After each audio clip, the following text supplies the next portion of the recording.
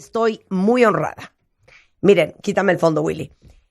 Invité para ustedes, porque siempre les digo que la obligación de este programa es tener a los mejores de los mejores para ayudarnos a nosotros a entender más, a saber más. La información es poder y a tomar mejores decisiones. Y les voy a decir una cosa, y se los voy a decir de manera brutalmente honesta. Vivimos en un país aquí en México donde se transmite este programa con un sistema de salud totalmente rebasado y quebrado.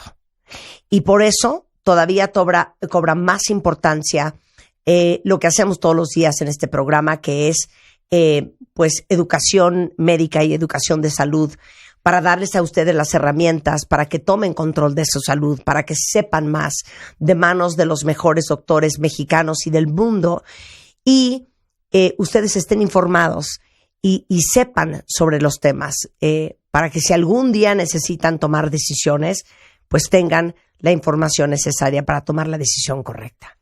El día de hoy invité al decano de la Escuela de Medicina de la Universidad de Harvard. Él es profesor de medicina, trabaja en el departamento de patología en el Centro Médico Beth Israel Deaconess en Boston. Gracias, mi queridísimo Ángel Vázquez, por esta recomendación. Y el doctor Sanjiv Chopra está con nosotros para hablar de una de sus grandes preocupaciones, que es una pandemia de hígado graso a nivel mundial. Y en México no somos la excepción, porque hay muchísimos de nosotros que tienen hígado graso y que no estamos ni enterados. Y imagínense ustedes que México es uno de los países cuya población reúne varios factores de riesgo para hígado graso no alcohólico, y su prevalencia se cree, según la Asociación Mexicana de Gastroenterología y la Asociación Mexicana de Patología, que puede superar el 50% de la población. Entonces, él, que es un experto en esto y muchas otras cosas, quería tocar el tema con Sanjiv. So, welcome so much to the show. I am so happy for you to be here. It is such an absolute honor, Sanjiv, because I was telling the audience that part of our mission on this show is to educate people health-wise, talking about medicine. We bring the best doctors in the country, the best doctors in the world, no matter in what language they speak, because our commitment is giving our audience the information to take better decisions. And I know it's very much in tune with what you've been doing for the last 40 years of your life. Thank you so very much. I'm truly humbled and honored to be on your amazing show. It's a real privilege. I was privileged to serve as the faculty dean for continuing medical education at Harvard Medical School for 12 years. And we taught all over the world, including in Mexico City. And the mantra I shared with my brilliant colleagues, I said, you're all brilliant. You're the top in your field, and you're going to give amazing talks. So you're obviously going to inform the audience, but we also need to inspire the audience. We also need to make it simple for them to integrate what they learned to practice in that fashion for the benefit of their patients. I love it. Let me say everything you said in Spanish, and we're going to be going back and forth in both languages. Pero dice, yo, aparte de ser el decano de la Escuela de Medicina de Harvard, 12 años fui el encargado del programa de educación de Harvard, y viajamos en todo el mundo informando a la gente. Yo le decía a mis colegas, no solamente tenemos que ser unos grandes especialistas, sino que tenemos que vivir bajo 3 mantras, y son las 3 Is del doctor Sanjiv Chopra, que es 1, informar, 2, inspirar, y 3, ayudarle a la gente a integrar la información que recibe. Y eso significa que tenemos que tener la habilidad no solamente de ser buenos explicadores, sino también buenos comunicadores, y que sea tan fácil lo que hablamos y tan fácil lo que decimos, que la gente verdaderamente le sirva, lo entienda, y el día que lo necesite, le sirva.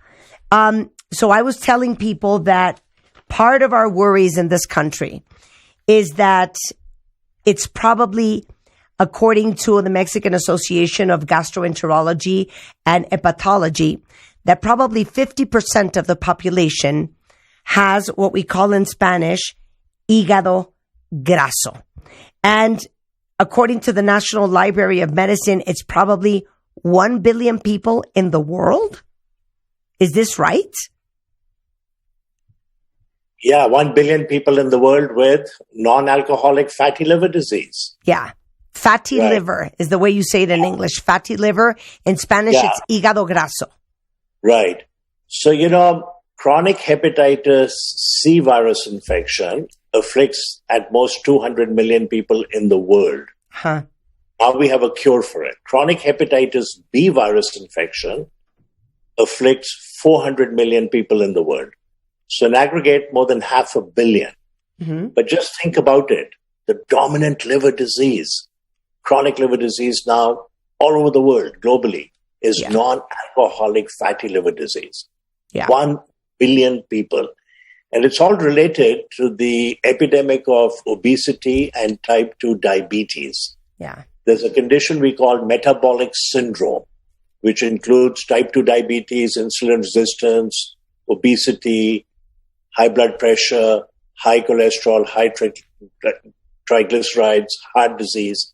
And what I say to people is, when you see a patient like that with 2 or 3 of these, and you think, oh, they have metabolic syndrome, step back and very carefully ask the question, does my patient have liver disease? Do they have non-alcoholic fatty liver disease? Okay, let me say that in Spanish. Okay, dice, miren, estamos hablando de que según la Librería Nacional de Medicina, dice que hay 1 billón de personas cuentavientes que tienen el hígado graso. ¿Ok? Y lo que explica Sanjiv es que dice que, por ejemplo, enfermedades crónicas del hígado, como la hepatitis C, son 200 millones de personas en el mundo. Hepatitis B, 400 millones de personas. Eso nos lleva a 600 millones de personas. Bueno, el tema del hígado graso es todavía más grave, porque hay 1 billón.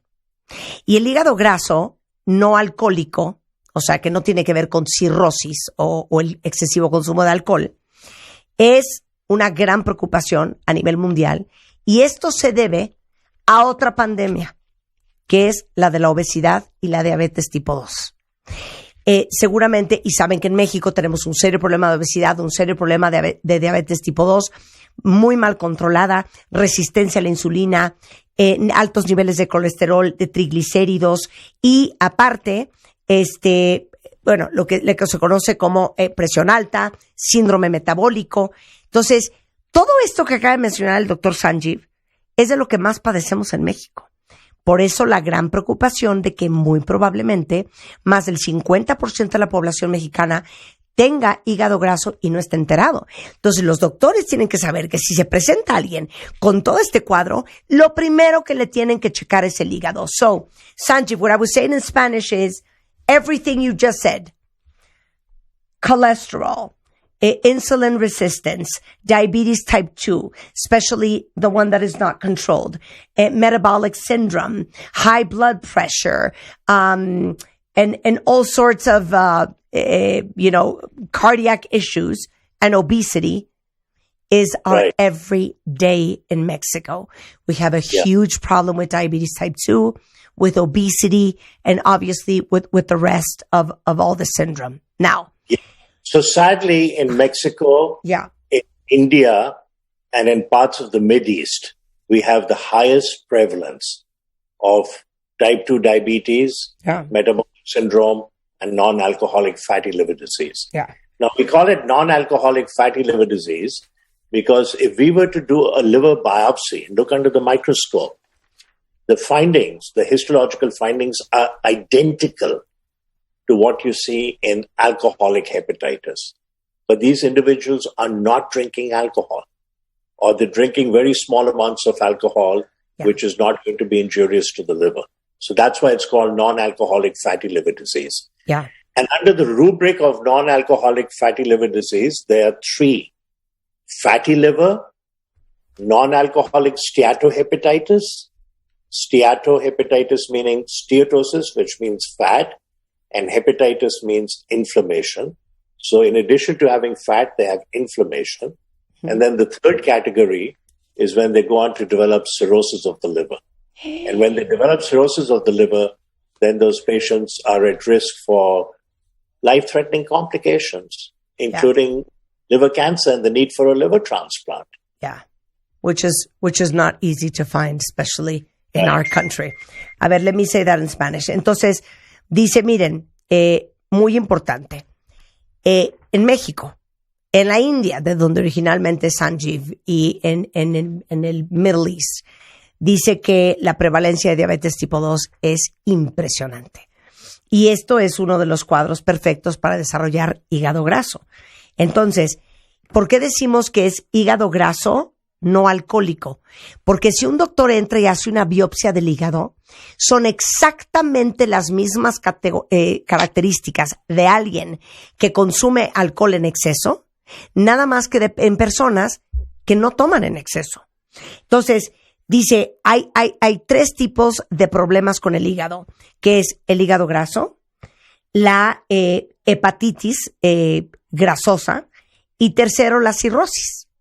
Y cuando estás en cirrosis, las complicaciones que puedes tener y las probabilidades de desarrollar A, cáncer de hígado, o B, requerir un hígado nuevo, un trasplante de hígado, cosa que no es fácil encontrar, sobre todo en un país como el nuestro, son súper altas. Now, I want to ask you two questions. Can you explain what a healthy liver looks like, how it's supposed to work physiologically, and what happens and what does a fatty liver look like and how it doesn't work well? So a healthy liver is the largest visceral organ in the body. The largest organ in the body is the skin, but inside the body, the largest organ is the liver.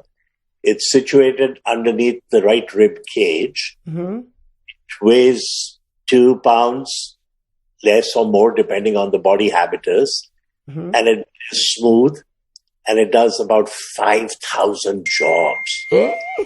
That is why if somebody has acute liver failure, a condition which we call fulminant hepatic failure, out of the blue, mm-hmm. they're struck down by a virus or a drug or a toxin or poisonous mushrooms, and the liver goes into failure.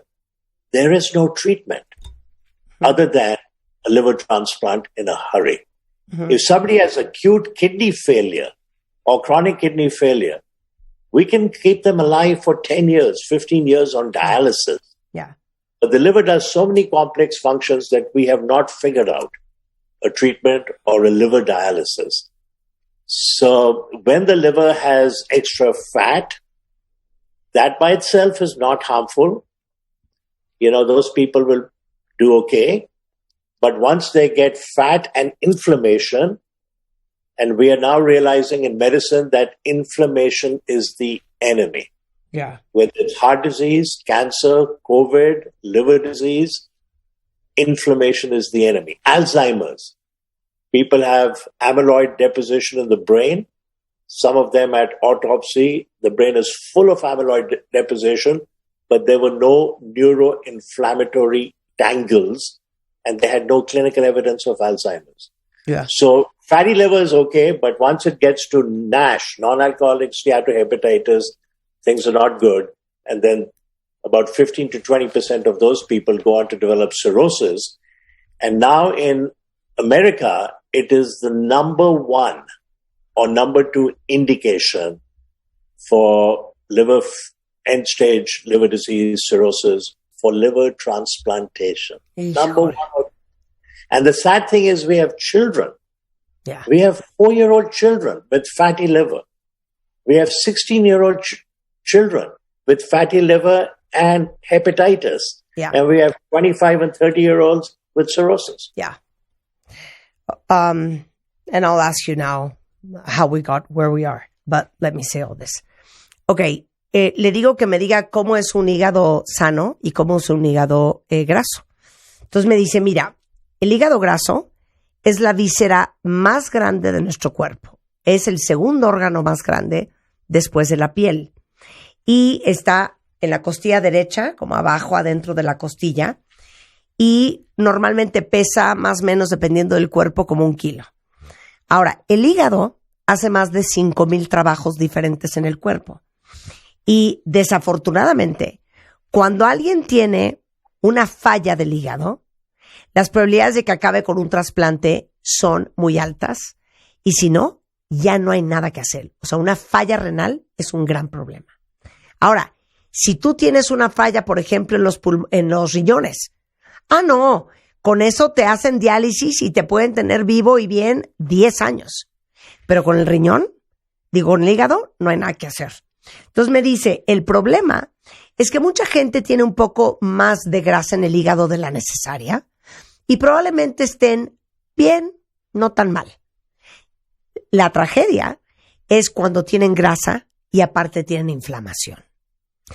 La mayoría de esos casos, y la inflamación es lo grave, el 20% tiene cirrosis y en Estados Unidos me dice que esta es la causa 1 o 2 de los trasplantes de hígado que se hacen todos los días. How did we get here? Porque dice que hay niños de 4 años con hígado graso, niños de 16 años con hígado graso. So, how is it possible we're here? Give me the list of everything we're doing wrong after the commercial break. And how is it possible, Sanjiv, that we have 4-year-olds and 15-year-olds and children who should be in tip-top health with fatty liver when we come back? Sure. Hacemos una pausa regresando. O sea, ¿qué estamos haciendo, cuentavientes, tan mal? Que en México el 50% probablemente de la población tiene hígado graso. Obviamente, yo creo que mañana todo el mundo va a checarse el hígado. ¿Y cómo es posible que haya niños de 4 años, o de 10, o de 16 con problemas de hígado, cuando deberían de estar súper sanos? Al regresar con el doctor Sanjiv Chopra, desde la Universidad de Harvard, en W Radio. ¿Olvidaste tu ID de cuentaviente? Recupéralo.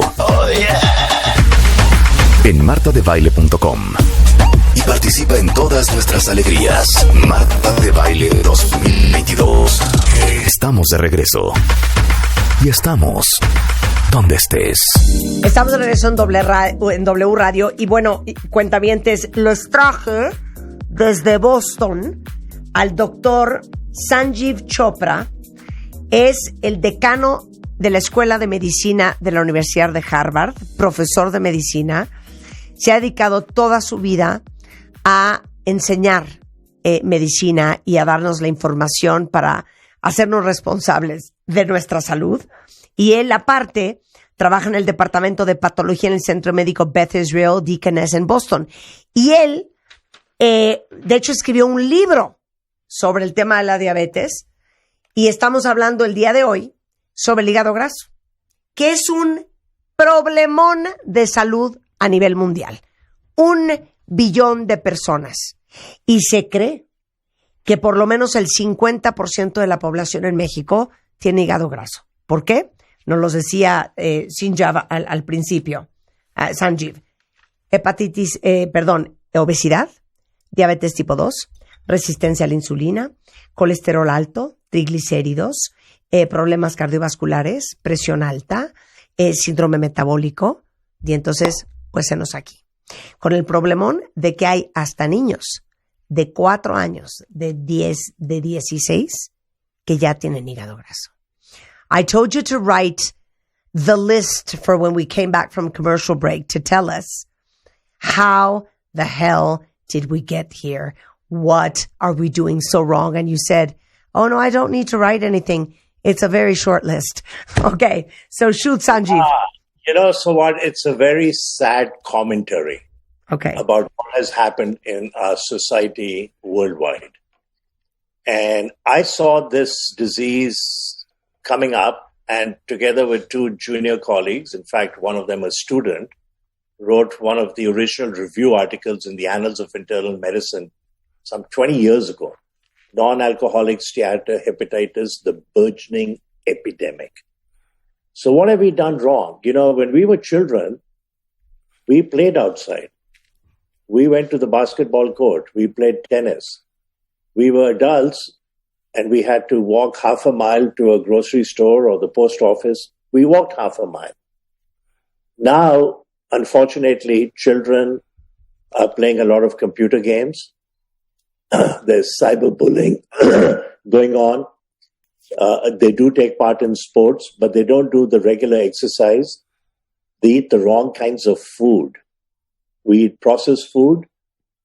You'll see somebody markedly overweight, and they're sitting, say, at a fast food restaurant, and they get a double cheeseburger, double French fries. Guess what drink they get with that? Diet Coke. They think, oh, I'm going to save all the calories by having a Diet Coke. It actually changes the gut microbiome. We have 100 trillion bacteria in our GI tract, in our gut. It's been called the second human genome, the inner bacterial rainforest, a newly discovered organ. These bacteria in aggregate weigh 3 pounds. The way we enter the world, C-section or natural birth, where we live, what foods we eat, whether we drink coffee, eat kimchi, vegetarian food, whether we exercise, whether we take antibiotics in the first 2 years of life, whether we take probiotics, everything influences the gut microbiome. And it is linked to obesity, to diabetes, to arthritis, to liver disease, to cancer, our response to cancer chemotherapy, side effects of chemotherapy. Gut microbiome dictates it. So we've had a massive shift with unhealthy bacteria thriving and the good bacteria going down. Lifestyle, exercise, eating processed foods, drinking diet drinks, the wrong thing to do. Dios de mi vida. So you kill me. Kill me, Sanjiv. Kill me. Kill me. Kill me. Why? We're doing everything wrong. We're doing everything wrong. Le digo que, ¿qué estamos haciendo tan mal? Porque le dije antes del corte que me hiciera la lista y me dijo, no tengo que hacer una lista, es regalado. Me dijo, mira, nosotros cuando éramos chavos, salíamos en la patineta, nos subíamos a la avalancha, patinábamos en la calle, caminábamos a la tiendita, hacíamos ejercicio, nos movíamos todo el día. Ahora ya lo sabemos, el sedentarismo nos está matando. La falta de ejercicio. Comemos una cantidad de comida procesada que da pánico. Hoy los niños piden una hamburguesa de doble queso, papas enormes, refrescos de dieta. O sea, es una locura la cantidad de comida procesada que estamos comiendo. Y tercero, y voy a tratar de explicar esto de la mejor y más fácil manera posible, dice, han habido estudios, muchos, sobre el microbioma, sobre esta serie de bacterias que nos protegen, que traemos, no importa si naciste por cesárea o por parto natural, desde nuestro nacimiento. Y eso se ve impactado, obviamente, por nuestro estilo de vida, por la cantidad de antibióticos que a lo mejor nos dieron antes de que siquiera hubiéramos cumplido 2 años de edad. Entonces, cada vez, por nuestro estilo de vida, la falta de ejercicio, la comida procesada, tenemos muchas más bacterias malas y muchas menos de este microbioma o bacterias buenas que son, hagan de cuenta, como la selva del Amazonas de bacterias en nuestro organismo para protegernos de tener enfermedades cardiovasculares, de la diabetes, de cáncer, regula cómo reaccionas ante una posible quimioterapia. O sea, la influencia que tienen estos microbiomas en tu salud y en cómo tu cuerpo enfrenta los problemas de salud que puedas tener es fundamental. Y nos estamos acabando nuestro microbioma. I hope I said it correctly in Spanish. Oh, you did. You did? Did you understand what I said? Like, because of our lifestyle and the lack of exercise and the way we eat processed food nonstop, we are finishing with all our microbioma, which is the good bacteria that helps us be healthy and have a tough body to, deal with whatever sickness we might have. So, I think the solution is going to be that the adults have to lead by example. So when you go to a restaurant, sometimes you'll see a family where unfortunately everyone is overweight and they're all eating the wrong kinds of foods. Yeah. The father, the mother, the children. People who are obese tend to have obese pets, obese dogs. They give their dog the wrong kind of food. So we have to lead by example. There's an amazing story of Gandhi. He's sitting in his ashram, and this mother walks 8 miles in the dust and heat with her 12-year-old son. She says, Gandhiji, look at my 12-year-old son. He's gained a lot of weight. He's eating a lot of sugar. He worships you. He adores you. He'll do anything for you. Please tell him not to eat sugar. So Gandhi looks at the boy and the mother and he says, come back in a week. So they go away. A week later, they walk again 8 miles in the dust and heat. Gandhi looks at the boy. He says, son, don't eat sugar. It's not good for your health. And the boy says, Gandhiji, from this moment onwards, I have given up sugar. And he leaves the room. And the mother stays behind. She says, Gandhiji, thank you for saying that to my son. But can I ask you a question? He says, sure. We were here a week ago. You could have said the same thing to my son then. And Gandhi whispers into her ear, at that time, I had not given up sugar. Yeah. Right? It's not do as I say, it's do as I do. So we have to lead by example. Yeah. I think people in public health, doctors, nurses, interested parents, we have to go to the elementary and middle schools, Rotary Club, Lions Club, different civic organizations, and talk about the scourge of obesity, the importance of exercise, the importance of eating the right foods. Yeah. Do it when the kids are young. Yeah. And you know what? Something that I always say on the show, and we have, tons of nutritionists that we invite from time to time. Yeah. Children do not eat what they do not have access to. Right. And unfortunately, in cultures like ours, and I think that in many ways, India and Mexico must be very similar, we show our love through food. And, our grandmothers want to force feed us, and that's how they show their love. And I always tell them, when you're standing in front of the, cereal boxes in a supermarket, or where they sell cookies, and you say, oh, I'm going to take my child their favorite cookies, and you see that as the ultimate act of love, the ultimate lack of the, demonstration of love would be to go and buy the child some broccoli. Yeah. Because at the end, children only eat what they find in their homes and what they have access to.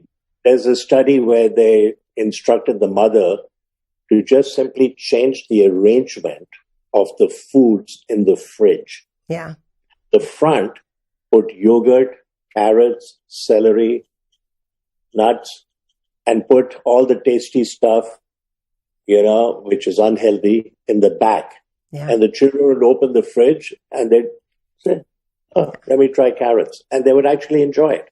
Yeah. There's another study where they substituted what's called green time.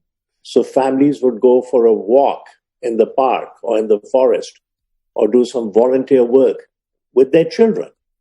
They substituted that for digital time, the time these kids were spending in front of their computer playing games. And the kids were happier. Yes, the kids were happier. Yeah, of course. Le digo, ¿cuál es la solución? Y me dice, mira, desafortunadamente, uno no puede educar por lo que dice. Uno tiene que educar con el ejemplo. Y les voy a contar un cuento de Gandhi. Gandhi estaba en el ashram, llega una mamá con su hijito y le dice, Gandhi, este niño es tu fan y está comiendo una cantidad de azúcar, está gordísimo, te suplico que le digas que ya no coma azúcar. Y Gandhi se los quedó viendo a la mamá y al hijo y les dijo, ¿saben qué? Regresen en una semana.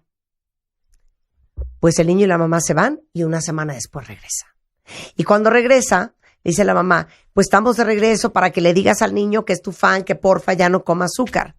Y Gandhi se voltea y le dice al niño, mi niño, ya no comas esas cantidades de azúcar, te hace mucho mal. Y el niño le dice, sí, Gandhi, te prometo que ya no lo voy a hacer. Y la mamá se acerca y le dice a Gandhi al oído, oye, se lo dijiste tan fácil, pero ¿por qué no se lo dijiste hace una semana? ¿Por qué no hiciste regresar? Y se volteó Gandhi y le dijo al oído a la mamá, porque hace una semana yo no había dejado de comer azúcar. Y es el perfecto ejemplo de que Gandhi pues no podía decirle al niño deja de comer azúcar si él estaba comiendo azúcar. Hay que educar con el ejemplo, hacer ejercicio. Y yo siempre les he dicho, y lo hemos hablado cuando han venido nutriólogos, que al final los hijos no pueden comer a lo que no tienen acceso. Y que en países como los nuestros, porque creo que la India y México son muy similares, demostramos el amor a través de la comida. Y cuando una mamá está enfrente de un anaquel en un supermercado, dices, ay, le voy a llevar sus galletas favoritas a mi gordo. Pues el acto más grande de amor probablemente sería llevarle el brócoli. Porque los niños comen a lo que tienen acceso. Y dice, por ejemplo, hay estudios en donde, por ejemplo, los papás hicieron un plan que se llamaba what was it called? The green what? Green time. El tiempo verde, que era ir a caminar todos juntos, irse al bosque, caminar en un parque, hacer ejercicio, y eso incrementaba hasta los niveles de felicidad de los niños. Y cómo, pues las mamás, que al final somos las amas de casa, tenemos la decisión de qué están comiendo nuestros hijos y cómo están siendo alimentados. Y es una gran preocupación porque hasta donde yo me quedé en México, ocupa el primer lugar de diabetes infantil.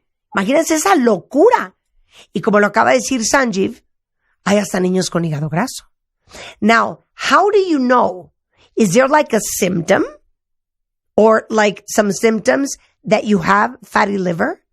No, most of the time the symptoms are very vague and non-specific. Maybe a little discomfort under the right rib cage, a little bit of fatigue.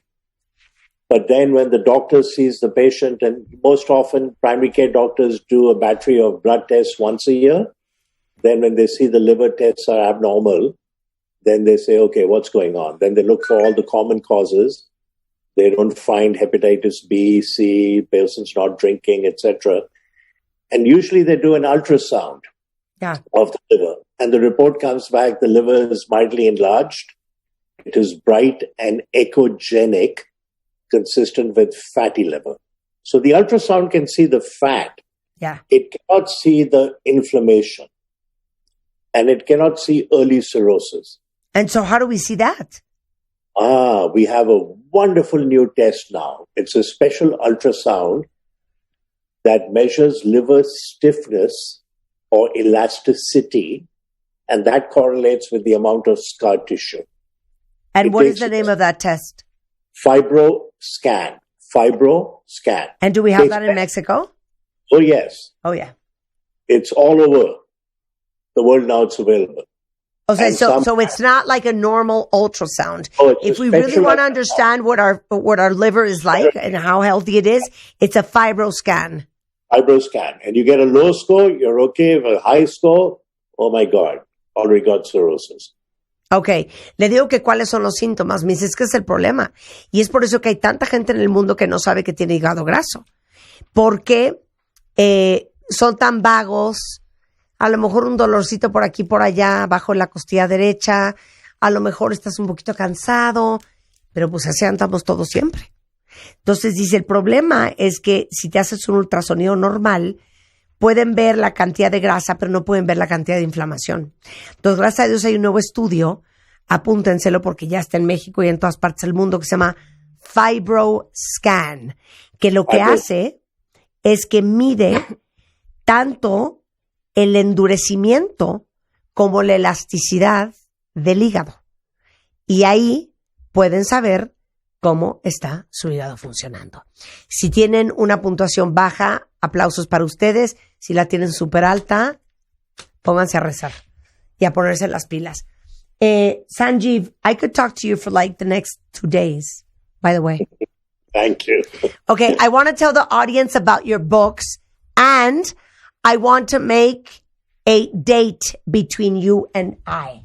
Sure. So I know you have this amazing book about coffee and fatty liver.